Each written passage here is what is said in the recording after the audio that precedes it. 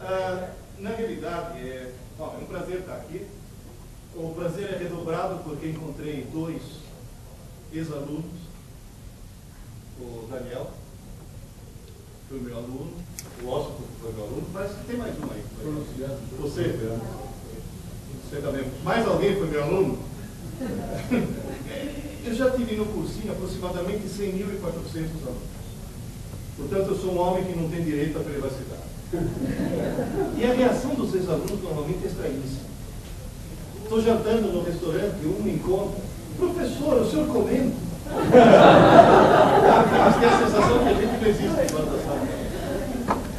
O chato é quando o ex-aluno é caixa do motel. E a pergunta é a mesma.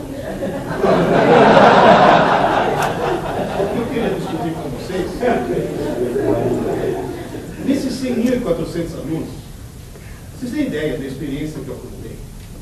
Porque são 6.400 alunos, mas foram 100.400 cobaias. Eu utilizei como cobaia, ostensivamente, falava para eles, para perceber por que existe cursinho. A minha grande dúvida é essa: por que existe cursinho? O que se faz na escola oficial de equivocado que depois exige a existência do cursinho? Eu descobri várias coisas, muitas delas coloquei no livro. E há uns 10 anos, mais ou menos, fiz mais uma descoberta fantástica. Descobri que aluno tem cérebro. Não, mas a coisa é grave. Por quê? Porque na hora que eu me pus a estudar neurociência e arregacei as mangas e mergulhei fundo, e vindo não da aula da área de psicologia ou de medicina, vindo da área da informática. Porque na faculdade eu era professor titular de inteligência artificial e configuração de redes neurais. Então, na tentativa de fazer um computador pensar, eu fui estudar o único computador que, por enquanto, pensa, que é o cérebro humano. E eu descobri uma coisa assustadora. O cérebro humano é o hardware. Os aplicativos tipo construtivismo seriam o software. A minha pergunta é: são compatíveis? Resposta: não. Ou seja, o que nós temos que pensar é numa nova pedagogia, que aliás intitulei de neuropedagogia. Uma pedagogia que leva em conta as características do cérebro, do aluno. Primeira característica, importantíssima: o ser humano não fala porque pensa. Pensa porque fala. Mas, de qualquer forma, eu falo, penso em italiano, em português, em espanhol, em francês, graças a Beth, que era professora de francês, minha ex-mulher, e inglês, porque a gente é obrigado hoje a falar inglês. Chinês, eu passei um tempão na China, só aprendi a falar tchê-tchê. Mas eu aprendi uma coisa na China que já vou mostrar para vocês, uma coisa importantíssima. E foi na China. Na realidade, eu penso de maneira diferente. Alemão não sei falar, nunca consegui aprender alemão, é uma língua muito hostil. Não sei como é que alemão se reproduz. Não, imagina o seguinte: imagina um italiano que chega para a garota e fala: eu te amo. Cai na conversa. O francês: je t'aime. I love. O alemão: ich liebe dich.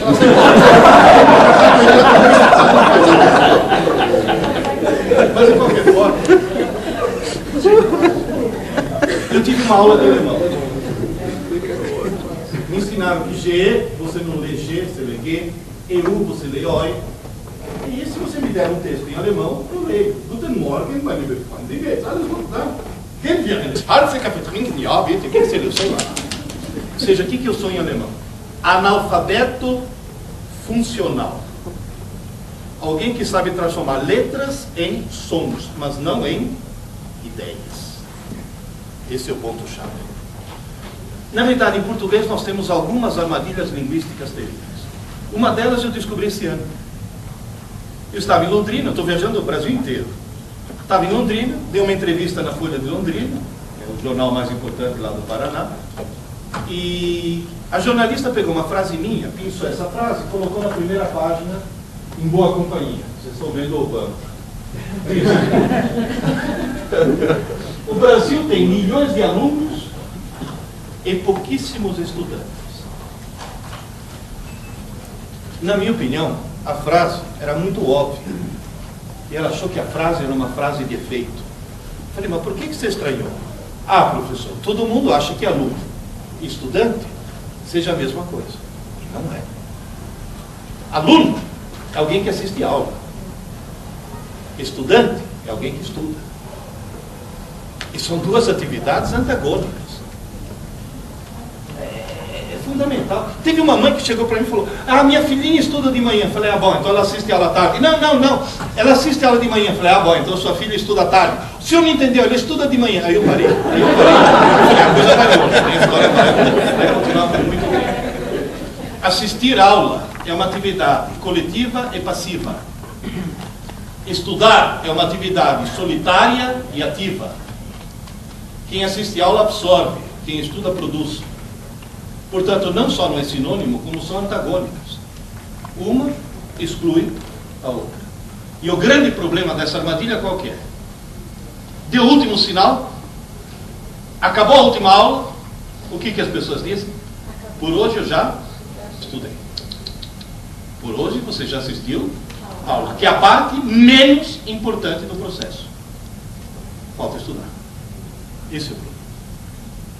Existem mais preconceitos. Dessas minhas viagens todas, eu tenho feito palestra para alunos, incrível, de quinta série e alunos de pós-graduação. Todos eles com o mesmo problema. Quarta série não. Na quarta série eles ainda são seres humanos. É na quinta série que começa a desgraça. Tenho feito palestra para professores e muitas palestras para pais. E principalmente na dos pais, muitos pais assustados com o que eu digo. Ô, professor, não daria para o senhor escrever um livro a respeito disso? Como eu sou exagerado, eu escrevi 3. Pode clicar aí, é meio complicado. Aprendendo Inteligência, que é para alunos. É bom você ler, viu? Já está lendo. Fiz uma sacanagem nesse livro. Já está na biblioteca. Já está? Não, mas eu tenho livro, ele já está. Eu li, passou para ele. Eu fiz uma sacanagem nesse livro. Eu coloquei uma provinha no fim, não dei a resposta, mas coloquei um e-mail dizendo: me mande a opinião sobre o livro e eu te mando a resposta. Sabe qual é a frase mais frequente? Pena que eu não li antes. E a segunda frase mais frequente, sabe qual que é? Meu consolo é que a culpa não foi minha. Porque a gente, na sala dos professores, como você disse, cadê? Tá aí. Na sala dos professores, a gente mete a lenha nos alunos. Mas se vocês pensarem bem, os alunos são vítimas. Os alunos são aquilo que a gente molda que eles sejam. Ou que a família moldou que eles sejam. O segundo, eu disse que é para os pais. Mentira. É para as mães. A parte mais terrível da escola são as mães. O que elas dão de palpite errado é uma coisa assim fantástica. Eu sempre falo que mãe na escola parece anão em campo de nudismo. Mete o nariz onde não deve. É um negócio assim.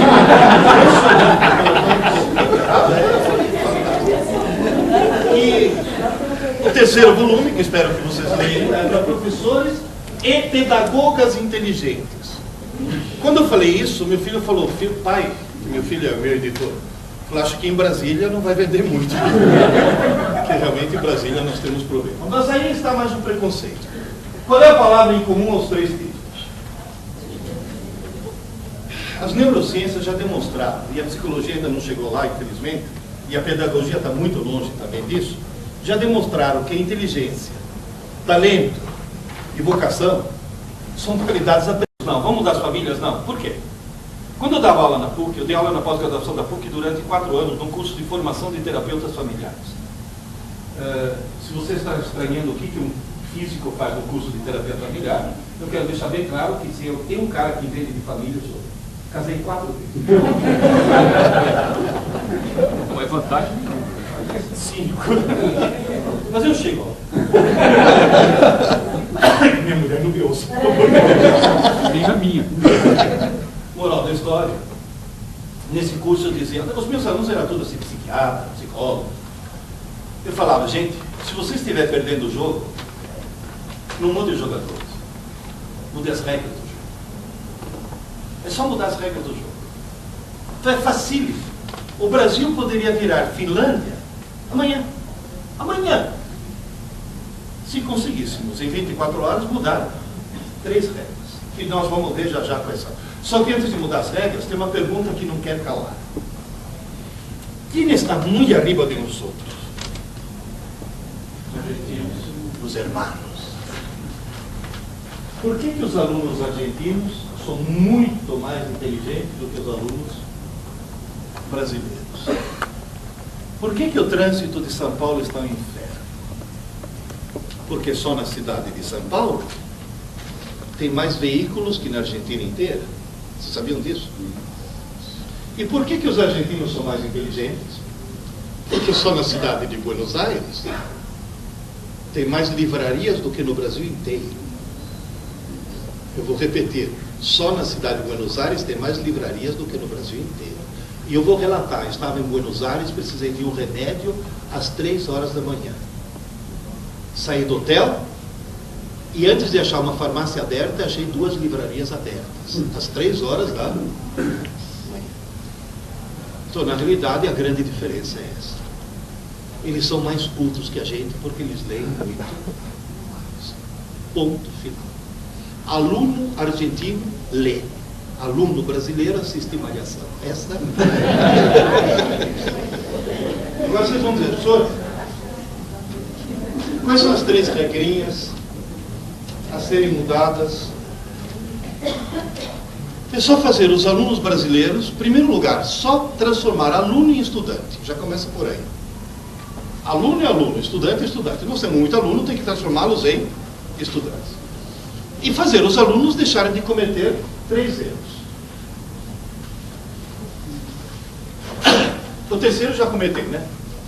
Somos um país de analfabetos funcionais. 70 milhões de brasileiros jamais leram um livro. E outro tanto leram 1, 2 ou 3 no máximo. Eu conheço um cara em Brasília que só leu 3. Aliás, 3 não, 2,5. O terceiro não acabou de colorir ainda. Agora, o outro problema é esse daqui. Os alunos brasileiros não sabem mais assistir aula. Isso se deve a uma coisa terrível chamada Estatuto da Criança e do Adolescente, que tirou do professor toda e qualquer autoridade que ele poderia ter durante uma aula. Porque se hoje numa aula o professor chegar e falar, ô seu tonto, cala a boca, que você está atrapalhando os outros, o cara é processado. Ele chamou o aluno de tonto, mandou calar a boca e humilhou na frente dos outros. Infringiu pelo menos 3 itens do estatuto. Então, na realidade, o que... Hein? Constrangimento. 4. Então, na realidade, o que nós temos que fazer, o que é? É criar o estatuto do professor. Fazer o professor, por exemplo, ter fé pública. A palavra do aluno contra a palavra do professor. Quando eu trabalhava como garçom, a primeira coisa que me ensinaram foi: o cliente sempre tem razão. Não é isso? Então, na escola, é o contrário. É o professor que sempre tem razão, mesmo que não tenha. Depois, se não tiver, vai discutir com a direção. Mas, por princípio, o professor tem a razão. E olha, que eu não estou nem advogando em causa própria. Que eu tenho quase 67 anos.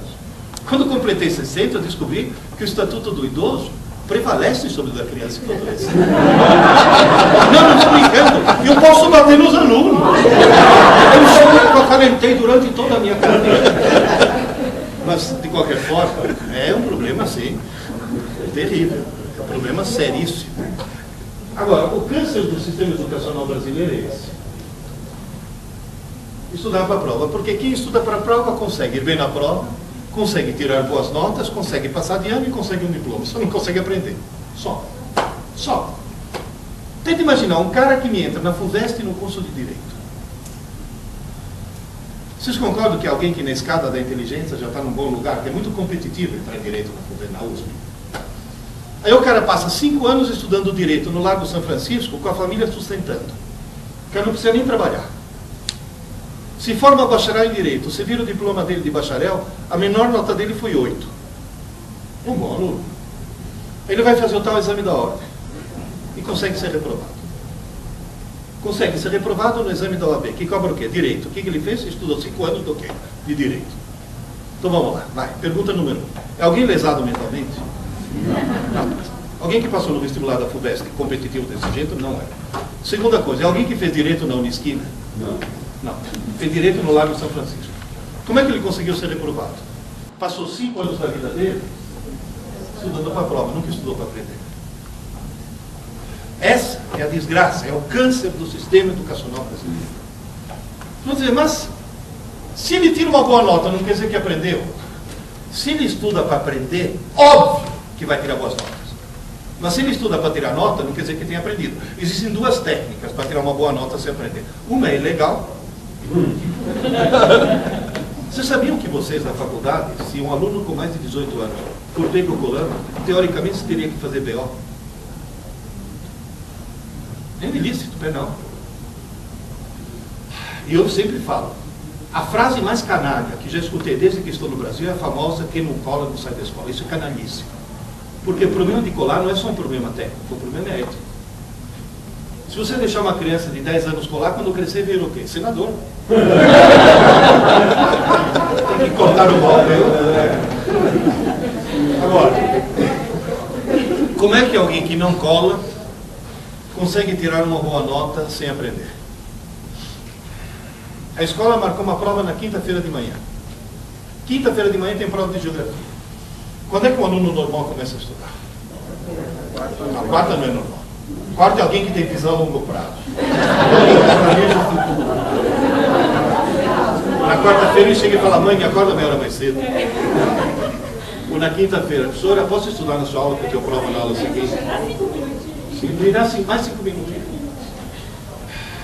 Por que todo mundo do fundamental, do médio, da faculdade e da pós-graduação estuda o mais em cima da hora possível? Para não dar tempo de esquecer. Muito bem.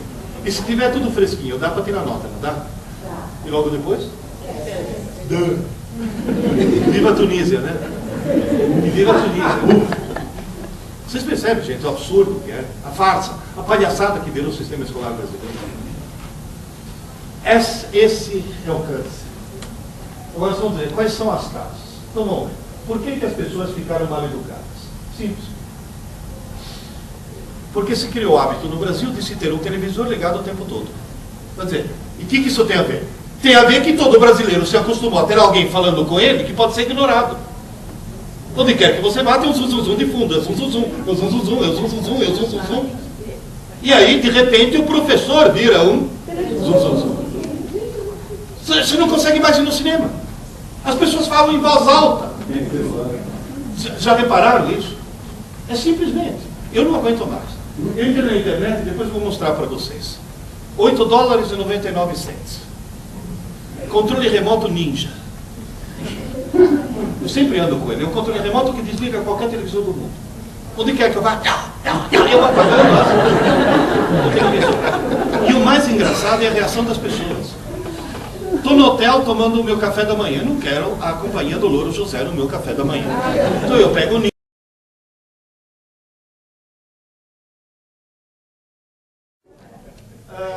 Na realidade, é um prazer estar aqui. O prazer é redobrado porque encontrei 2 ex-alunos. O Daniel foi meu aluno, o Oscar foi meu aluno, parece que tem mais um aí. Você também. Mais alguém foi meu aluno? Eu já tive no cursinho aproximadamente 100.400 alunos. Portanto, eu sou um homem que não tem direito à privacidade. E a reação dos ex-alunos normalmente é estranhíssima.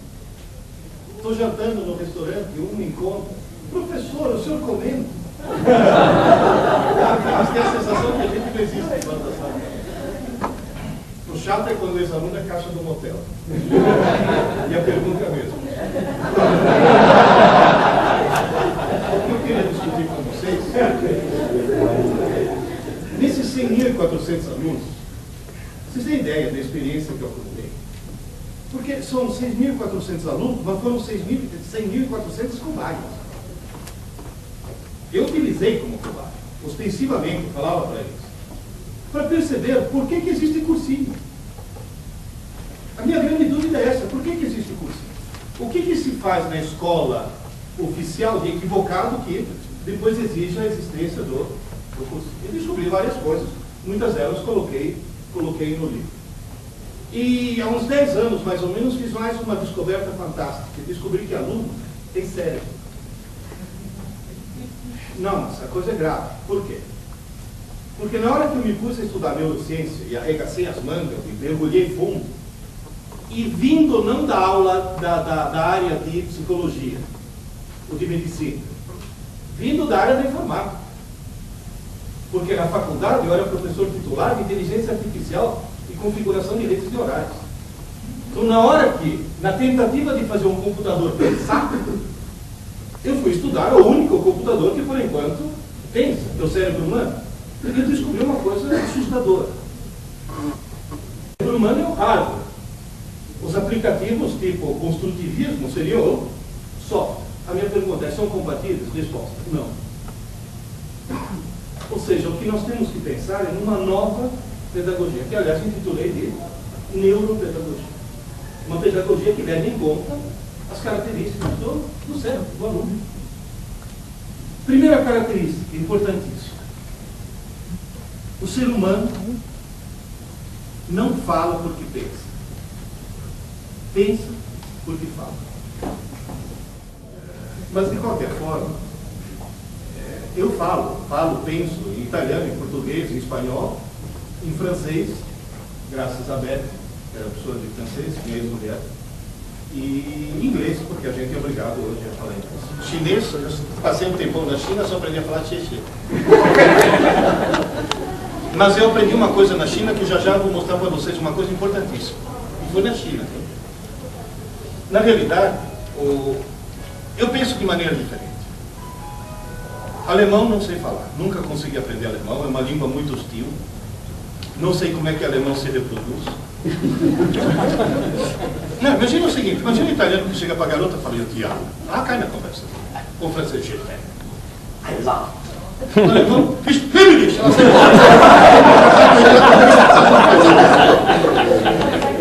Mas de qualquer forma, eu tive uma aula de alemão. Me ensinaram que G, você não lê G, você lê G, EU, você lê OI. E se você me der um texto em alemão, eu leio. Guten Morgen, mein lieber Freund, wie geht's? Alles gut, tá? Gehen wir ins Harze Kaffee trinken? Ja, bitte. O que seria o sonho? Ou seja, o que eu sou em alemão? Analfabeto funcional. Alguém que sabe transformar letras em sons, mas não em ideias.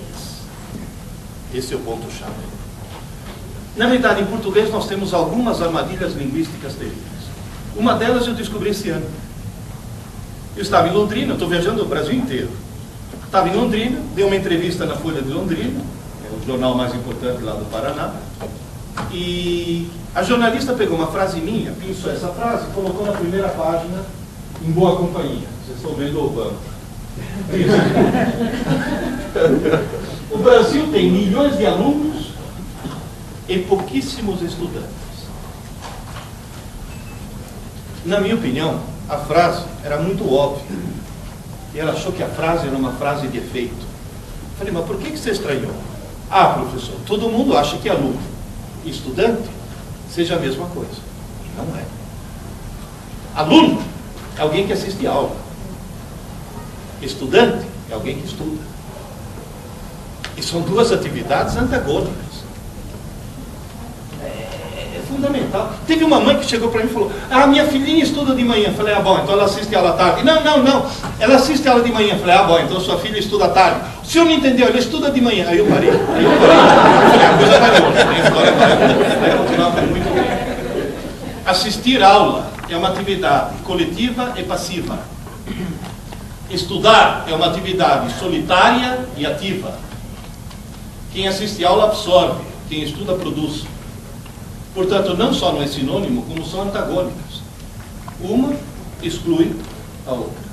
E o grande problema dessa armadilha qual que é? Deu o último sinal, acabou a última aula, o que as pessoas dizem? Por hoje eu já estudei. Por hoje você já assistiu a aula, que é a parte menos importante do processo. Falta estudar. Esse é o problema. Existem mais preconceitos. Dessas minhas viagens todas, eu tenho feito palestra para alunos, incrível, de quinta série e alunos de pós-graduação. Todos eles com o mesmo problema. Quarta série não. Na quarta série eles ainda são seres humanos. É na quinta série que começa a desgraça. Tenho feito palestra para professores e muitas palestras para pais. E principalmente na dos pais, muitos pais assustados com o que eu digo, Ô, professor, não daria para o senhor escrever um livro a respeito disso? Como eu sou exagerado, eu escrevi 3. Pode clicar aí, é meio complicado. Aprender Inteligência, que é para alunos. É bom você ler, né? Já está lendo. Fiz uma sacanagem nesse Já está na biblioteca. Já está? Não, mas eu tenho livro, ele já está lendo. Eu li para ele. Passou para ele. Eu fiz uma sacanagem nesse livro, eu coloquei uma provinha no fim, não dei a resposta, mas coloquei um e-mail dizendo: me mande a opinião sobre o livro e eu te mando a resposta. Sabe qual é a frase mais frequente? Pena que eu não li antes. E a segunda frase mais frequente, sabe qual que é? Meu consolo é que a culpa não foi minha. Porque a gente, na sala dos professores, como você disse, cadê? Tá aí. Na sala dos professores, a gente mete a lenha nos alunos. Mas se vocês pensarem bem, os alunos são vítimas. Os alunos são aquilo que a gente molda que eles sejam. Ou que a família moldou que eles sejam. O segundo, eu disse que é para os pais. Mentira. É para as mães. A parte mais terrível da escola são as mães. O que elas dão de palpite errado é uma coisa assim fantástica. Eu sempre falo que mãe na escola parece anão em campo de nudismo. Mete o nariz onde não deve. É um negócio assim.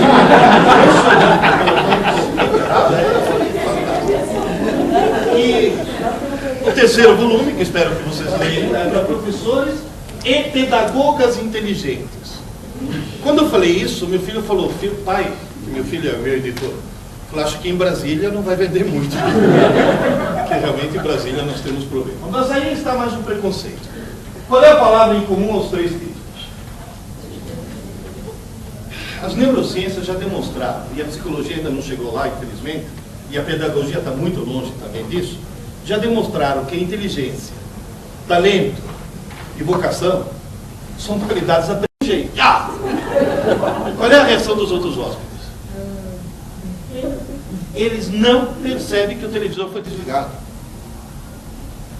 Falta algo. Falta o quê? Eu chego no hotel, me levam para o quarto para mostrar qual é o quarto, o cara carrega minha mala. Qual é a primeira coisa que o desgraçado faz? Liga a TV. Antes até de ligar o ar-condicionado. Vocês percebem? A TV faz parte do dia a dia. Eu fui no Carrefour, eu moro numa chácara. Pedi ajuda do meu caseiro. Falei: Marcelo, me ajuda a fazer compra, que é muita compra hoje. Vamos lá. No meio das compras bateu a fome. Eu não tinha almoçado, nem ele. Falei: vamos comer um sanduíche. Lá está, eu e o Marcelo com o nosso sanduíche, o nosso refrigerante. Sentamos na mesinha, dentro do Carrefour mesmo. Quem é que estava na parede? A Globo. Aí eu peguei o ninja e... Aí o Marcelo começou a rir muito. Ele ria. Eu falei: Marcelo, você nunca viu o ninja? Ele falou: ninja eu já vi. Eu nunca vi isso aí. Eu olhei que tinha um cidadão com um sanduíche meio comido, olhando para a TV apagada assim. Imóvel. Eu peguei o ninja, liguei de novo, ele voltou a comer. Eu vi um ser humano dar um pause na vida, e o zoom parou. O zoom voltou. Portanto, a primeira tarefa que eu peço para você: chegou em casa, por favor, desligue a TV. Não, você não tem ideia do que a TV está falando. Eu já trabalhei na TV. Trabalhei 2 anos na TV Cultura. Eu só não trabalhei no terceiro porque fui preso. Mas, na realidade, tem como. Na época da ditadura militar. Mas, na realidade, gente, vocês não sabem que a TV imbeciliza de propósito. Porque se não imbecilizasse, você não compraria. Ninguém que tenha conservado o mínimo de sanidade mental jamais compraria um cinturão elétrico. Vida choque. Acho que você vai acabar com a família. Vocês já notaram que não está vendendo mais? Porque você pode enganar poucos por muito tempo, ou muitos por pouco tempo. Você não pode enganar todos o tempo todo. Já descobriram que aquilo é uma fase, uma angústia. Tive uma mãe em Barra do Piraí. Chegou e falou: senhor, me dá o microfone. Depois não. Ela pegou o microfone, olhou para as outras mães e falou: como todas vocês sabem, a besta do meu marido. Ela falou: a besta do meu marido. Agora vai começar a lavar a roupa suja. Aí descobri que não. É a forma carinhosa com a qual as esposas de Barra do Piraí tratam o cônjuge. A besta do meu marido. Olha, nunca, você dá aula de lógica, nunca tente entender a lógica de uma mulher. Ela não é nem melhor nem pior que a nossa, é completamente diferente, é um outro sistema operacional. Alguém que chega para você e fala, se você não sabe porque eu estou brava com você, não sou eu que vou dizer. É muito modelo do raciocínio. Vocês estão rindo. Você aí na câmera, é casado? Não. Não, você vai casar. Você entendeu o que é lógica feminina? Ela vai passar 20 anos tentando te mudar. Quando consegue, vai falar, você não é mais o mesmo. Como todas vocês sabem, a besta do meu marido comprou uma casa numa pirambeira, num buraco que não pega TV. O coitado está construindo uma torre de treliça metálica, põe a antena em cima, não pega. Ele sobe mais, põe a antena em cima, não pega. Sobe. Falou, daqui a pouco vai aparecer um anjo, uma espada em chamas, achando que é Babel 2. Falou, nós estamos sem TV lá em casa há 4 meses. O rendimento dos meus filhos na escola melhorou horrores. Meu marido me redescobriu, e na hora do jantar, nós voltamos a ser uma família. Eu quero dinamitar essa torre. Então, na realidade, eu não estou pedindo para vocês dinamitarem a TV, mas me faz um favor. A TV é um eletrodoméstico. Sabe o que você faz? Liga na hora que tiver teu programa, e quando acabar teu programa, me faz um favor. Desliga. Não deixa ligar. Porque aí você assiste o que você quer, não o que eles querem. Está bem claro? É eletrodoméstico. Se deixa o liquidificador ligado 24 horas por dia, não, de repente dá vontade de fazer uma vitamina, já está ligado lá. Você liga na hora que precisa ter televisor. É a mesma coisa. E hoje em dia está acontecendo uma coisa mais grave. Além do televisor, agora tem o videogame. E agora tem o computador. Você sabia que computador não pode ser colocado no quarto do filho? Você sabe o que está causando o computador? Um rebaixamento de QI. Isso provado por um médico psiquiatra de Londres. O computador usado de forma compulsiva produz um rebaixamento de QI que é o dobro do que se a criança ou o jovem fumasse maconha. E segunda coisa, está produzindo hiperatividade e falsos positivos de hiperatividade. Então, na realidade, o computador fica na sala para ver a que horas que liga, a que horas que desliga. Principalmente o que está sendo acessado. Porque a coisa está saindo do controle. Mas, por falar em computador, o melhor computador do mundo está dentro do crânio de todo mundo. É chamado encéfalo, como chamam de cérebro. Mas, na realidade, o nome certo seria encéfalo. Na realidade, aqui, por exemplo, no sistema límbico, é uma região onde é muito fácil colocar uma informação, mas é muito fácil perder. No livro 1, eu faço a analogia com a memória RAM do computador. É como se fosse a memória RAM, certo? Você põe informação, apaga, põe informação, apaga. Você apaga coisas que você colocou segundos antes. Você está sentada na sala, com a perna direita cruzada sobre a perna esquerda. Levanta, vai decididamente para a cozinha, e para no meio da cozinha, fica que nem um idiota se perguntando o que eu vim fazer aqui. Já aconteceu com todo mundo. Quanto tempo se passou? Segundos. E já subiu. E o que tem que fazer para lembrar? Aí não adianta buscar a inspiração da geladeira. Você tem que voltar e ficar na mesma posição. E nesse momento você diz, eu tenho sérios problemas mentais. E tem porque nessa região daqui mora um pequeno idiota. Só para vocês perceberem a existência de nosso pequeno idiota interior, o sistema límbico é a primeira parte do cérebro que acorda pela manhã. E assume o controle por pelo menos 10 minutos. Vocês já repararam nos primeiros 10 minutos depois que você acorda, quanta bobagem você faz? Eu já vi um filho meu calçar 2 meias no mesmo pé e procurar outra. Eu tenho uma filha loira, inteligentíssima, como esmagadora a maioria das loiras, por isso que tem piada de loira, porque todo mundo morre de inveja das loiras. Só que ela é inteligentíssima 15 minutos depois que acordou. Porque ela me entra na cozinha falando do celular. Abre a geladeira, pega a caixinha de leite, guarda o celular e joga. Eu falei, Luísa, é perecível? Bom, eu sou o recordista da família. De manhã cedo eu acordei, fui ao banheiro e escovei os dentes com hipogloss. E alguém lá em cima tentou me avisar, porque eu estava duro disso aí. Eu falei, deve ter, tá velha essa parte. Agora, a boa notícia é qual que é? E se dentro de cada um de nós aqui mora um idiota, dentro de cada um de nós aqui mora um gênio. Quando eu dava aula de engenharia da computação lá na Unisant, eu passei para os meus alunos a seguinte tarefa. Cada neurônio do córtex equivale a alguns kilobytes. Um cérebro humano adulto tem 300 bilhões de neurônios. Neurônio não pensa. Quem pensa são as sinapses, as ligações entre os neurônios. Um cérebro humano adulto tem aproximadamente 100 trilhões de sinapses. Dimensione quantos computadores de última geração você precisaria ligar em rede para simular o córtex humano. Resposta, no mínimo, 15 mil. 15 mil. Vocês têm ideia do que quer dizer isso? Então, em primeiro lugar, parabéns para o engenheiro. E colocar 15 mil computadores em 1,5 litro, isso sim que é nanotecnologia. Você sabe o que quer dizer isso?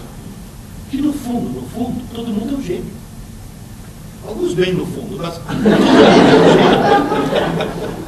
O cérebro humano tem uma capacidade incrível. Se alguém estudar 10 horas por dia, cuidado que eu disse estudar e não assistir aula, hein? Todos os dias da semana, sábado e domingo inclusive, todas as semanas do ano e todos os anos de sua vida, essa pessoa esgota a capacidade de processamento do seu córtex em aproximadamente 4 séculos. Quanto tempo nós vamos viver? Mas, se você for uma Dercy Gonçalves, se você for Oscar Niemeyer, 1 século. Eu pretendo morrer aos 96 anos, baleado por um marido ciumento. Esse é o meu 4 séculos significa o quê? Que todos nós vamos morrer com pelo menos 3/4 da inteligência que ele nos deu ainda ser desenvolvida. Olha enorme, gigantesco desperdício, só porque essa rede veio sem manual de instruções. E as pessoas usam de maneira extremamente equivocada. Quer ver? Vocês não vão perceber. Escrever no idiota é fácil, mas apagar é fácil. Escrever no gênio é mais difícil, mas depois que você escreveu aqui, isso não apaga nunca. Então aqui você escreve, apaga. Escreve, apaga. Aqui você escreve e não apaga. Pergunta. Na hora que um aluno estuda o mais em cima da hora possível para fazer a prova, para não dar tempo de esquecer, está colocando as informações do idiota no gênio. E viva a Tunísia. Você vê o cara entrar na sala de aula para fazer prova, o cara entra assim. Sem chacoalhar a cabeça. Se você chamar falou, Zé, que foi pelo ponto agora. Ou aquela menina que entra assim, não fala comigo. Pior ainda, professora, dá a prova logo. Antes que eu. Vocês percebem, gente? Pô, tá bom, professor, como é que a gente faz para... Qual é o manual de instrução? Pelo menos o comecinho, a gente nas neurociências já descobriu, pelo menos o comecinho do manual. E daqui para frente eu vou trabalhar com metáfora para não entrar na parte técnica, certo? Porque senão a gente vai ficar até daqui a uma semana nós estamos ainda discutindo a parte técnica. A minha metáfora é a seguinte: aprender é escrever no cérebro. Agora, como é que eu escrevo no cérebro? Em cada uma dessas regiões eu escrevo de uma forma diferente. Por exemplo, como é que eu vou escrever no cérebro? É como se eu pegasse um formão e um martelo, e em uma laje de mármore, eu fosse cavando letra após letra. Demora. Escrever uma frase é um negócio muito demorado. Dou martelada no dedo. É um sistema altamente ineficiente. Mas tem uma vantagem. Qual que é? Você não apaga nunca. Por exemplo, andar de bicicleta. Levanta a mão que levou algum tombo para aprender a andar de bicicleta. Quem não levantou não sabe andar de bicicleta. Moral da história. Por que levamos tantos tombos? Porque foi difícil. Letra após letra, dia após dia, tombo após tombo. Agora você fica 30 anos sem subir numa bicicleta, daqui a 30 anos você sobe, o que vai acontecer? Você sai andando? Sai andando. Moral da história, você pode dizer o que? Eu aprendi a andar de bicicleta. Porque aprender é aprender para... Um dia eu estava atravessando a Avenida Paulista com um dos meus filhos, era o 5.2, ele tinha 14 anos.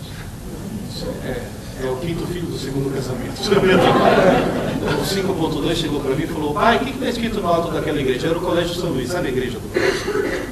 O que é aquele Deo in honorem Sancti Aloisi? Eu falei: o que é isso, pai? Eu falei: é latim. Você sabe o que está escrito? Eu falei: não sei, deixa eu ver. Deo, terminação em O é dativa, então objeto indireto. In honorem é acusativo, é a preposição em vez de acusativa. Sancte Luizia, evidentemente genitivo. Aí filho está escrito que essa igreja foi construída para Deus em honra dessa luz. Ele me olhou de uma forma muito estranha. Pai, você não é professor de física? Eu falei, só. Você sabe latim? Eu falei, filho, quando eu tinha a tua idade, latim era uma das matérias da escola. Eu aprendi latim quando eu tinha a tua idade. Nossa, pai, mas faz tanto tempo. Os nossos filhos vão nascer, nós vamos fundar. Eu falei, filho, eu não falei que eu tive aula de latim. Eu não falei que me ensinaram latim. Eu falei que eu aprendi. Quando você aprende para. Lá no ano, quebrando o pau com o Sorocaba, não sei se você chegou a ter aula com ele. Eu falei, Sorocaba não é uma coisa possível. Você escreveu. E Newton enunciou a primeira lei da dinâmica textualmente assim. Eu falei, quem disse textualmente? Porque não foi assim. Não, é textualmente. Eu falei, tira. Você traduziu errado. Meu inglês é muito melhor que o seu. Eu falei, como está explicado? Porque o Newton não escrevia em inglês, ele escrevia em latim. Se você pegou do inglês, você já herdou o erro de tradução. Eu falei, como é a original? Eu falei, corpus omni perseverare status suo crescente, ver movente uniforme ter indirectum, nisi quatenus aviribus impressos coditus statum librum mutare. Sorocaba o livro muito longo. Amém? Quando você aprende para ser, não por isso. Está bem claro. Não sei, bom, professora, para aprender uma coisa para sempre, uma coisa tão penosa assim, cavar na laje de mármore, letra por letra. Para você aprender, por exemplo, no sistema límbico, é como escrever na areia da praia, no rascunho. Só que tem dois problemas. É fácil escrever, mas está ventando e toda noite, ao dormir, a maré sobe e apaga tudo. Repito, apaga tudo. Você passa o dia escrevendo na praia, à noite, na hora que você dorme. Portanto, o processo de aprendizagem vai de maré a maré. Se nesse intervalo não acontecerem as coisas certas, o dia está perdido. E tem que falar, professor, por que apaga tudo? Porque amanhã, quando você acordar, você precisa de uma praia limpinha para poder escrever o dia seguinte. Quem já passou uma noite em claro sabe muito bem que no dia seguinte fica meio roubado. Porque a maré não subiu. Então apaga tudo. Você passa o dia inteiro escrevendo na praia. Blá, blá, blá, blá, blá, blá, blá, blá, blá. Quando a praia está cheia, a reação é sono. Sono não é corpo cansado. O corpo não sente sono. Sono é cérebro entupido. Eu sempre vou falando, olha, vai dormir para a maré subir, porque eu preciso depois que essa praia fique limpa, senão amanhã não vai dar para viver o dia normalmente. Tem gente que fala, mas professor, se não cabe mais nada na praia, não está na hora de escrever nos 15 mil computadores? Que bom seria. Acontece que o córtex humano não consegue chupar cana e assobiar ao mesmo tempo. Se ele está no modo leitura, ele não está no modo gravação. Se ele está no modo gravação, não pode estar no modo leitura. Quando é que ele está no modo leitura? Quando você está acordado e está buscando informações dele. Aí não dá para gravar. Quando é que ele está no modo gravação? Quando você está desacordado. Não está lendo mais, ou seja, quando você está dormindo. Tentar ler alguma coisa no córtex humano, enquanto a pessoa está acordada, tentar escrever alguma coisa, é como tentar trocar o pneu de um carro com o carro em movimento. Se o carro está no modo andar, não está no modo trocar pneu. Se está no modo trocar pneu, não está no modo andar. Portanto, com certeza, se você quiser passar da memória RAM para o HD, que seria, faz o papel, o córtex faria o papel de HD, você tem que dormir. Na hora que você dorme, se você for medir a atividade elétrica do cérebro, você vai notar que assim que você adormece, cai quase a zero. É o chamado sono profundo ou sono sem sono. Nesse momento você tem que ir ao cachorro em coma. De repente começa o chamado sono REM, REM de Rapid Eye Movement, movimento rápido dos olhos. Nesse momento você está sonhando. Depois vem mais sono profundo, sono. Sono profundo, sono. Sono profundo, sono. Durante a noite, o teu cérebro tem uma atividade frenética. Durante a noite, o teu cérebro não para de funcionar. Vai alternando. É uma atividade louca, mais do que agora quando vocês estão acordados. pegar e falar, mas eu nunca reparei. Sim, você está dormindo. E pelo fato de estar dormindo, portanto estar inconsciente, as pessoas não valorizam o sono. Não sabem as atividades fundamentais que acontecem durante o sono. Vou citar só uma. As neurociências já descobriram que durante o sono REM, e somente durante o sono REM, é que são secretados aqueles enzimas que são indispensáveis para a transformação de memória a curto prazo em memória a longo prazo. Então, o salvar acontece quando? Quando você sonha. À noite, vocês não dormem para descansar. Descansar, vocês estão descansando agora, estão sentados. À noite, você dorme para sonhar. E você sonha para resetar o cérebro. Você sonha para fazer manutenção do cérebro. E, obviamente, é uma manutenção inconsciente. Você está dormindo. Você passou o dia escrevendo na praia. Tudo que você escreveu não está em baixo relevo? Está afundado, não está? Está em baixo relevo. Aí entra em ação um mecanismo automático que chama encarregado da manutenção, que olha o que está em baixo relevo, joga cimento fresco em cima que penetra em todas as frestas, endurece, retira uma placa em alto relevo, dura, e essa placa é levada para um gigantesco armazém chamado córtex. E não vai apagar nunca mais. Agora, se você quiser que isso daqui seja copiado, bem legível, primeira coisa, carca fundo. Na hora de escrever na praia tem que carcar fundo, para isso daqui sair bem alto.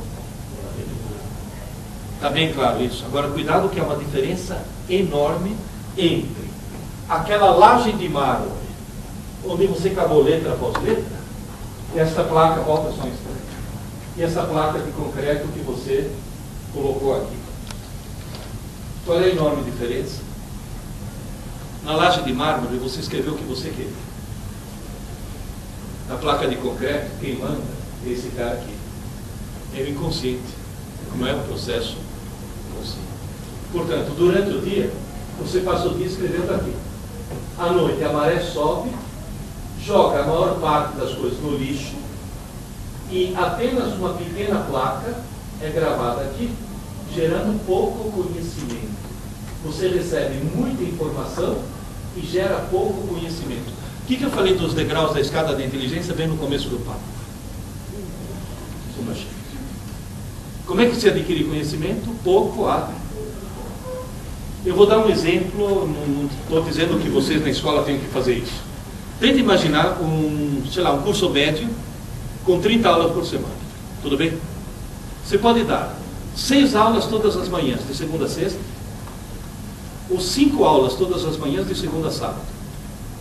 Independentemente do que é mais prático, ou até em termos de marketing, o que é mais eficiente em termos didáticos? 6 aulas por semana durante 5 dias, ou 5 aulas por semana durante 6 dias? 5 aulas por semana. Porque a quantidade de conhecimento que o seu cérebro humano é capaz de adquirir por dia é pequena. Está claro isso? Como é que se adquire conhecimento? Pouco a pouco, gota a gota. Como loira toma iogurte. Por que loira toma iogurte com conta-gotas? Porque na embalagem está escrito consumir até janeiro de 2010. Com conta-gotas, chinelo na mão, que tem lá todas os livros, né? Nunca se sabe. Mas de qualquer forma, é pouco a pouco. Tem gente que fala, professor, na cabeça de um aluno normal, toda noite, o que vai para o lixo? As aulas. O que vai para a memória permanente? As abobrinhas. A habilidade é fantástica. Por exemplo, um professor de geografia dá uma aula importantíssima. No meio da aula conta uma piada. 2 meses depois, o que o desgraçado lembra de toda aquela aula? E quanto mais idiota for a piada, mais. Minha filha loira mora em Brasília. Ela faz interurbano para me contar piada idiota. Vocês acreditam? Me liga, interurbano. Pai, como é a torcida do time das loiras? Como é, Luiz? É assim, pai. Sou loira, loira, loira, loira, loira. L, O. Sou loira, sou loira. Aí ela me liga. Pai, vou para São Paulo te visitar. Você vem me pegar no aeroporto? Eu falei, vou te pegar. E me conta, vai. Qual é a última de loira? Tem uma ótima que não dá para contar por telefone. Olha, que foi receber, eu estava curioso, né? Ah, e qual é a tal piada? Falei, por que toda loira que mora perto de uma cachoeira tem orelhas de abano e a testa vermelha? Falei, por que ela tem orelhas de abano e a testa vermelha? Falei, pai, porque ela mora perto de uma cachoeira. Toda manhã, quando ela acorda, ela fala, que barulhão é esse? É a cachoeira. É a piada mais idiota. Eu já escutei em toda a minha vida. Eu escutei uma coisa estúpida. Agora, olha bem no meio dos meus olhos. Adivinha aqui que vocês mais vão lembrar dessa palestra. Vocês vão dizer, mas como é que eu faço para fazer as aulas serem gravadas também? Simples. Esse truque foi descoberto em vários lugares do mundo, em várias épocas. Por exemplo, em 1953, um pai japonês desesperado descobriu que o filho dele não conseguia aprender matemática. A sorte foi que foi naquela época que as psicopedagogas não tinham essa mania da descalculia. Porque hoje, bota descalculia, pronto, nunca mais vai aprender matemática. Aí esse pai desesperado, o que fez? Montou toda uma série de exercícios partindo do princípio que nenhuma escada é alta demais se os degraus forem... Mas o nome desse japonês era Toru Kumon. Foi descoberto na Finlândia, foi descoberto em São Paulo por 4 jovens engenheiros, Simão Feigenbaum, química, já falecido, Carlos Magno, desenho descritiva, já falecido, Emílio Gabriades, física, ainda vivo, e Abraham Bloch, matemática, ainda vivo, lá na Israel. Esses 4 jovens engenheiros montaram um cursinho para preparar os alunos para entrar na escola politécnica no vestibular de dezembro. E a primeira aula era em março, e eles descobriram uma coisa fantasticamente assustadora. Davam 4 aulas maravilhosas em março, no dia seguinte só tinham sobrado as piadas. E o vestibular em dezembro. Aí na base da tentativa e erro, porque nenhum deles sabia nada de neurociências, nem o próprio Toru Kumon sabia, mas na base da tentativa e erro, usando muita intuição, descobriram o quê? Que se no mesmo dia, na minha metáfora, antes que a maré suba, os alunos fizessem exercícios de aplicação e fixação daquelas aulas que tiveram, que na minha metáfora seria o quê? Durante a aula escreveram de leve, são alunos. Na hora da tarde, na tarefa, carca fundo, repassando o que estava de leve, repassa agora fundando bem, não são mais alunos, agora são estudantes. Eles descobriram que as aulas estavam lá no dia seguinte, no mês seguinte, em dezembro, no ano seguinte, e se vocês fizerem um exame de consciência, vocês 3, é capaz de você recordar de aulas inteirinhas que você teve há 35 anos atrás, porque tem uma laje de concreto, em alto relevo, que está lá. Então eles inventaram um slogan de 4 palavras, muito tempo depois eu acrescentei aqui. O slogan está, depois me faz um favor, Washington, mostra a cadernetinha depois para eles, com aquela primeira página, com as 4 palavras. Depois eu acrescentei aqui. As 4 palavras são, desde aquela época, aula dada, aula estudada. Eu acrescentei a 5ª palavra, hoje. Antes que a maré suba. Toda aula assistida hoje tem que ser uma aula estudada hoje. Ou seja, assistiu a aula hoje, é aluno, tem que estudar a aula hoje, é estudante. E tem que ser antes que a maré suba, ou seja, antes que se passe uma noite de sono. Agora, cuidado. Quem assiste a aula pela manhã, faz a tarefa à tarde. Quem assiste a aula à tarde, tem que fazer a tarefa à noite, e não na manhã seguinte. E quem assiste a aula à noite, ou vai dormir meia hora mais tarde, ou o curso noturno é estruturado de tal forma que você faça aqui dentro mesmo a tarefa. Quer dizer, o cara teve aula e logo em seguida ele faz a tarefa aqui mesmo. Nem que seja na forma de prova, para obrigar o cara. Tem que obrigar, mas assim não é espontâneo. Gente, tem 2 maneiras de fazer um burro andar com uma cenoura. Se colocar a cenoura na frente não adianta, tem que usar a segunda opção. Não tem jeito. Tá claro isso. Depois você censura isso, viu, Davi? Moral da história. Antes que a maré suba. Não tem jeito. O grande drama dos cursos noturnos qualquer. Que todo ciclo de aluno, estudante e sono No caso do curso noturno, está tudo condensado no fim. O cara tem que ser aluno e estudante em poucas horas. Ao contrário de um aluno, por exemplo, que assiste a aula pela manhã, que é a tarde toda, etc. Mas mesmo assim, insisto, tem que ser antes que se passe uma noite de sono. Ou, cuidado, antes que se passe um longo período de sono. Porque tem gente que tem filho adolescente, que chega em casa, almoça, se der uma cochilada de 15 minutos, a maré não subiu. Eu cochilo 15 minutos. Então, tem aluno que não, chega em casa, almoça, dorme que nem um porco durante 5 horas, acorda todo embaçado, que parece que tem algodão no cérebro, e as aulas já foram parar no lixo. Como é que eu faço com meu filho adolescente? Simples, 3 dias de tratamento de CAG. 3 dias de CAG. Copo de água gelada. Dormiu depois do almoço, ótimo, deu 15 minutos, chá! Não é água fria, é água gelada. No segundo dia, 15 minutos, chá! Terceiro dia, chá! No quarto dia, ele ouve teus passos se aproximando. Não, já acordei. É que se não dá para ensinar, tem que adestrar. Existe o momento da aula e muito tempo depois o momento da prova. Aproximadamente 1% dos alunos brasileiros estudam no dia da aula e 99% estudam na hora da prova. Esse, infelizmente, vive a Tunísia. Qual é o melhor sistema educacional do mundo? Finlândia. Na hora que o Ministério da Educação descobriu que a Finlândia é o melhor sistema educacional do mundo, pegaram as pedagogas de Brasília e mandaram fazer o estágio na Espanha. Na Espanha. A última moda é catalã. Querida, você não sabe o que está acontecendo embaixo do gol? Eu fui para a Finlândia.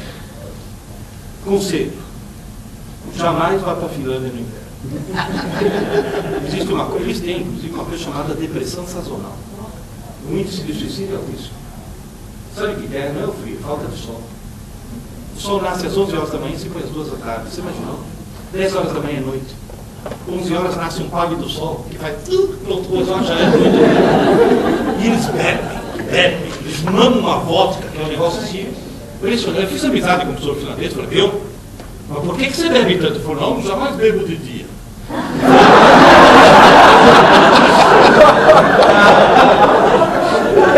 O que eu descobri na Finlândia? Eu descobri que a Finlândia é um país altamente feminista. Metade do parlamento finlandês são mulheres. A multinacional de maior sucesso da Finlândia é a Nokia, líder mundial em celulares. Quem a transformou em líder mundial? Seu presidente, que é inteligentíssimo. Quem é o presidente da Nokia? Uma mulher. Todas as mulheres finlandesas trabalham, só que como a Finlândia é um país de primeiro mundo, não tem desigualdade social, portanto não tem babá, não tem empregada doméstica. Portanto, todas as escolas finlandesas são período integral, porém, só tem aula pela manhã. Eu fui à tarde. O que eu descobri à tarde? Simplesmente que as crianças, além de fazer esporte, cada um deles tem sua escrivaninha, com suas gavetas, seus livros e seus cadernos, e todos eles, em silêncio e solitariamente, fazem aula dada, aula estudada. Na Coreia é assim, na China é assim, no Japão é assim. No Brasil era assim, porque quando eu era aluno eu tinha a minha escrivaninha dentro da escola, com as minhas gavetas, eu era obrigado a ficar 3 horas sentado na frente daquela escrivaninha toda a tarde. Ou seja, além de aluno eu era obrigado a ser estudante. Vocês percebem? Agora eu vou dizer uma coisa. Eu conheço escolas do mundo inteiro. Eu viajei o mundo inteiro. Não tive nenhuma escola até hoje que funcionasse melhor do que a aula dada, aula estudada.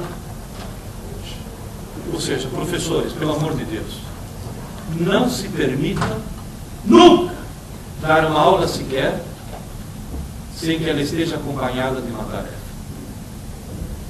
Isso é o ponto fundamental. Eu estava em Mato Grosso, como chama aquela cidade? Vamos lá perto da Serra do Caxi. O ano me liga: Bia, precisa de 5 aulas de gravitação universal para o terceiro médio. Dá para você escrever? Quando eu voltar para São Paulo, eu escrevo: não, é urgente, começa aí. Você não tem folga no hotel? Tá, obrigado. Aí eu peguei meu computador, 5 aulas de gravitação. O que eu escrevi? Em primeiro lugar, 5 tarefas. Depois de escrever a parte mais importante, que são as 5 tarefas, aí cocei a cabeça e falei: Que aulas que eu vou ter que escrever agora para que quando esse cara estiver sozinho, seja capaz de executar essa? Esse é o ponto-chave. Esse é o ponto importante. Estava eu na China, na cidade de Xi'an, conhece? Onde tem o exército dos guerreiros de terra. Aí fui visitar uma cidade lá e o professor me disse o seguinte: se eu escuto, esqueço, se eu vejo, entendo, se eu faço, eu Confúcio. Repito, se eu escuto, eu esqueço. Se eu vejo, eu entendo. Se eu faço, eu aprendo. Eu não admito alguém que esteja estudando sem ter um lápis e um papel na mão. E vou dizer mais uma coisa. Se você perder todas as anotações que você está fazendo agora, perder, mesmo assim, você vai ser a pessoa que mais chance vai ter de lembrar do que foi dito, porque foi o ato de escrever. E cuidado, escrever e não digitar, hein? Se você escrever, vai para o teu HD. Se você digitar, vai para o HD do livro. Então, sempre escrever. Isso é fundamental. A partir do Fundamental 2, durante a aula, o aluno ouve e vê. E durante a tarefa, ele faz. Portanto, a aula não serve para aprender, a aula serve para entender. A tarefa é que serve para... Agora, sabe qual é o perigo? Quando o professor é muito bom? Quando o professor é muito bom, o aluno olha e fala: nossa, entendi tudo, logo já sei. Você entendeu ou não? Posso fazer uma demonstração rápida? Com a mão direita, segura o nariz. Segura o nariz, com a mão direita. Eu estou segurando com a mão esquerda porque estou fazendo o papel de espelho. Com a outra mão, segura a orelha por fora. Por fora. Isso. Estou esperando que ela está se ajeitando. Oi. Por fora, não por dentro. Agora bate. Agora com a outra mão o nariz, por esquerda, e a orelha. Bate. Com a primeira mão o nariz e a orelha. Bate. E com a outra mão o nariz, orelha. Bate. Ó, para. Todo mundo entendeu. Não tem jeito de não entender, que é para segurar o nariz e a orelha, cruzado e intercalado. Agora vamos ver se aprenderam. Comecei com que mão? Então vamos lá. Mão direita. Pronto? Agora comigo. 1, 2. Tenta não enfiar o dedo no olho. Vamos lá. Peraí. O que vocês sentiram na perna? Entenderam uma coisa? Aprenderam? Então o que vocês têm que fazer hoje, saindo daqui, ficar na frente do espelho 15 minutos, primeiro bem devagar, depois cada vez mais depressa, tranque a porta do banheiro. E amanhã, espera, agora nós fizemos a aula da aula. Em casa você vai fazer a aula, estudar, depois você vai dormir, para fixar.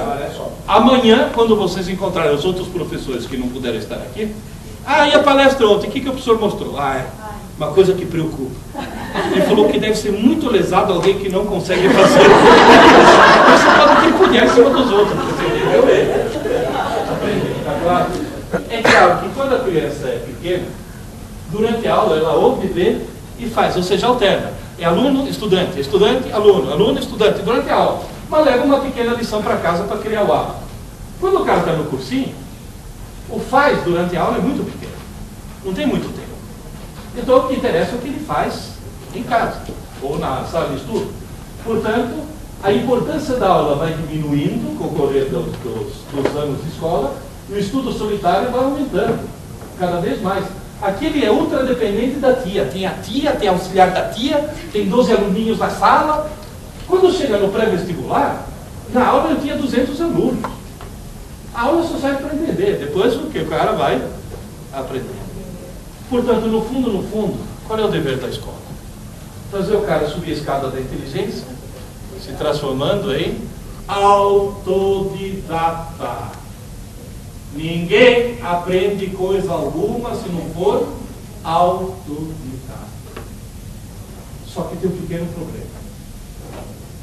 Só consegue ser autodidata alguém que tem uma boa interpretação de texto e um bom vocabulário. E só consegue ter interpretação de texto e vocabulário quem lê muito. E só lê muito com letra hoje? Brasil. E a escola brasileira é especialista em criar ódio. Porque chega para o pobre coitado de 12 anos, que idade que ele tem? 14 anos. A mão e a luz. Chega e fala, você vai descobrir o prazer pela leitura, toma, Iracema. E vocês riram, porque todo mundo passou por isso. Certo? Chega para alguém de 14 anos, dá bom casmurro. O que alguém de 14 anos vai se interessar pelo diário de um corno, meu Deus do céu? Para com isso. Tem que criar o prazer pela leitura. E o prazer pela leitura é criado dando opção de escolha. Não obrigue nunca ninguém a ler. Por obrigação, até sexo é desagradável. Sempre dê opção de escolha. Nem que seja para ler, sei lá, Crepúsculo. As meninas agora todas estão lendo Crepúsculo. Eu tentei ler, cheguei na metade e não aguentei. Mas elas aguentam, então deixa elas ler. Eu não aguentei, teve uma luta, se eu não me terminar, eu falei, o dia que eu menstruar, eu vou terminar. E o computador de produção X-Lip, você vai capaz de terminar um negócio desse. Coisa que ficou. Meu filho, 4.2. 15 anos de idade ele tinha. Ele chegou para mim e falou, pai, estou muito preocupado. Eu falei, por que, Adriano? Ah, pai, eu descobri que não é que eu não gosto de ler. Eu odeio. Obrigado, agora que está preocupado sou eu. Falou, pai, você lê muito, né? Eu leio muito. Todas as minhas irmãs leem muito bem, todas as tuas irmãs adoram. Todos os meus irmãos também leem muito bem, todos os seus irmãos também adoram. Pô, pai, eu sou o único da família que lê. Será que eu vou ficar burro? Eu falei, não, meu filho, você já é. Quem não lê, por definição, é uma besta. É uma técnica que eu uso para aumentar a autoestima. É que essa história de autoestima eu vou ter que contar. Tem que falar, você xinga teus filhos, xinga teus alunos, não é xingar. É tentar ajudar. Não, mas você lembra a história da menina que fez 18 anos, comprou carta de motorista, ganhou o carrinho do papai, saiu na estrada toda se achando o máximo para escurecer. De trás do morro tem uma curva em que aparece um carro que acende a luz baixa. Ela acende a luz baixa. Eu também tenho. Aí o carro acende a luz alta. Ela acende a luz alta. Aí o carro passa por ela e grita, vaca!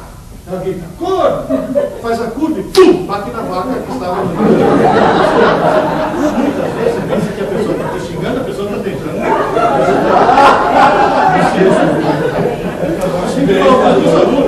Se eu te chamo de idiota, eu nem insulto, eu diagnóstico.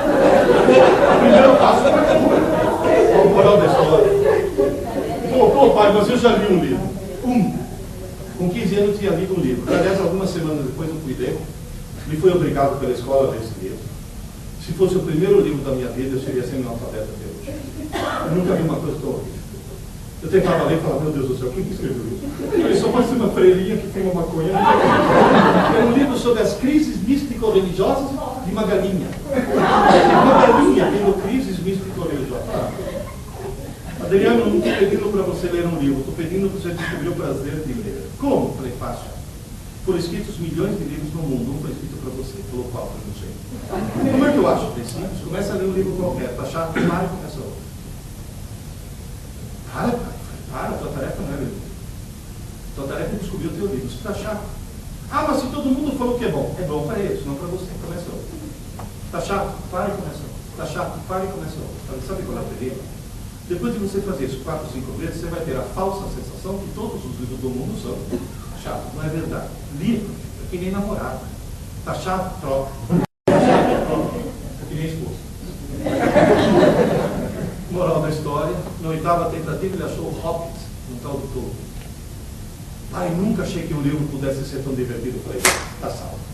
Tá salvo porque agora você vai tendo uma frase que você já escutou teu pai falar, tua mãe falar, tuas irmãs e teus irmãos falarem, e você nunca entendeu. Falou, que frase?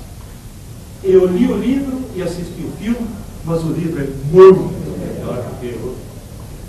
Pois é. Falei, a história continua. Falei, continua. Senhor dos Anéis. Compra para mim. Vocês imaginam a emoção de um pai que eu vi seu filho semi-analfabeto pedir para comprar? 1 não, 3, né? Senhor dos Anéis. Entreguei para Adriano 1.200 páginas. Devorou. Pai, tem mais alguma coisa no gênero? Eu falei, disse que é a segunda dose. Aí eu fui sacana. Falei, que tal a história do Rei Arthur, Mago Merlin, Cavaleiros da Tábua Redonda? 4 volumes das Brumas de Alba. Devorou.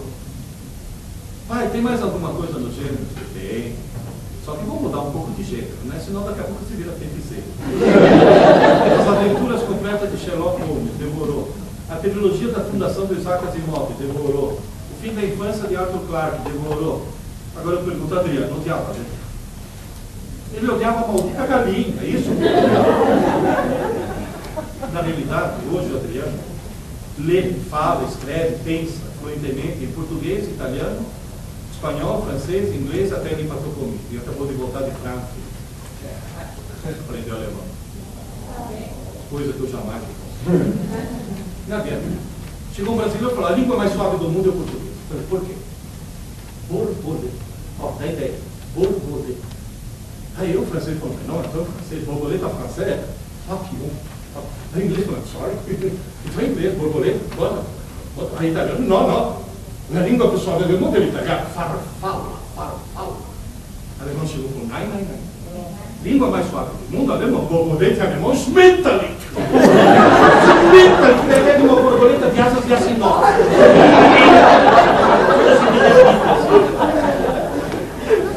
O Adriano não é formado em administração de empresas e hoje é diretor de uma editora. Se vocês pegarem o livro, no expediente, está lá, diretor editorial, Adriano Fromer. Tá lá. Ou seja, veja a importância que tem o livro. Hoje ele adora. Portanto, é criar o prazer pela. E atenção, hein? Isso é dever de todos os professores, não dos professores de português. Coitado. Todos os professores. E vou dizer mais uma coisa. Eu viajo muito. Quando a aeromoça chega e fala, em caso de despressurização da cabine, máscaras cairão. Puxe para liberar o fluxo de oxigênio.